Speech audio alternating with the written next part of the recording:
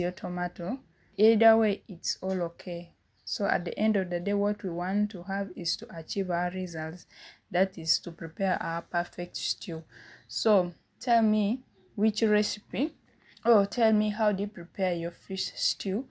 You can drop your recipe in the comment section so that I will also try next time, because this is how I prepare it in the village with the few ingredients that I have. That is only the tomato and onion. So if you have other ingredients, or you can tell me what kind of ingredients do you use. So you can see here, if you don't have that, I'm trying to tell you that if you have the paste, tomato paste, you can use it, or if you don't have it, you can use your tomato.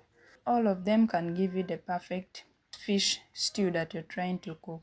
So when you're done with your preparing or making your tomato paste, the next thing is for you to add some 2 to 3 tablespoons of vegetable oil in your saucepan.